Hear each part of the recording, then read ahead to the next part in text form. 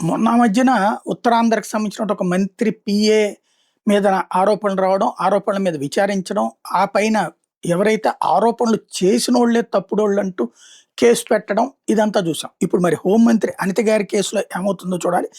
రక్షణ charitable trust అనేటటువంటి దాని చుట్టూతా ఇప్పుడు ఒక వార్తని హైలైట్ చేసుకొచ్చింది సాక్షి.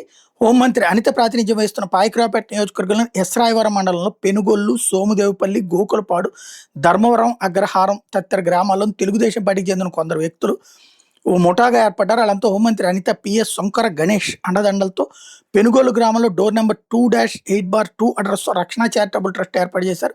దానికి అనుబంధంగా విజయవాడలో గల ఏపీ యానిమల్ వెల్ఫేర్ బోర్డు ద్వారా అక్రమ మార్గంలో రికగ్నైజేషన్ సర్టిఫికేట్ పొంది గోశాలను ఏర్పాటు చేశారు.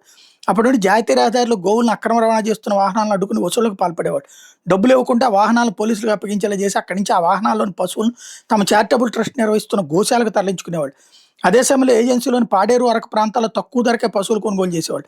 అప్పటికే గోశాలలో ఉన్న గోవులతో పాటు తక్కువ ధరకే కొనుగోలు చేసిన పశువులను కలిపి రక్షణ చారిటబుల్ ట్రస్ట్ ముసుగులో హైదరాబాద్కి అక్రమంగా తరలించేవాడు. ఎస్రాయవరం మండలం పెనుగోలులోని చారిటబుల్ ట్రస్ట్ నుంచి పశువులను హైదరాబాద్లోని వ్యాపారుల పశువధశాలకు తరలిస్తూ అక్రమాలకు పాల్పడ్డారని ముఠాపై విచారణ జరిపి వాళ్ళకి జారీ చేసిన సర్టిఫికేట్ రద్దు చేసి చర్యలు తీసుకోవాలని కలెక్టర్ విజయకృష్ణన్, ఎస్పీ తుహిన్ సిన్హా, లోకాయుక్తకి ఎస్రాయవరం గ్రామానికి చెందిన సోమిరెడ్డి వెంకట అప్పల సత్య సన్యాసి నోకరాజు ఫిర్యాదు చేశారు.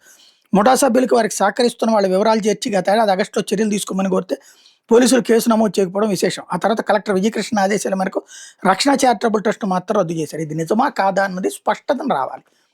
హోంమంత్రి చెప్పగలుగుతారో చెప్పలేరో తెలియదు, ఎందుకంటే ఆవిడ అర్థమయ్యేలా చెప్పగలరు, కానీ ఇందులో నిజాలు చారిటబుల్ ట్రస్ట్ పెట్టడంలో తప్పు లేదు.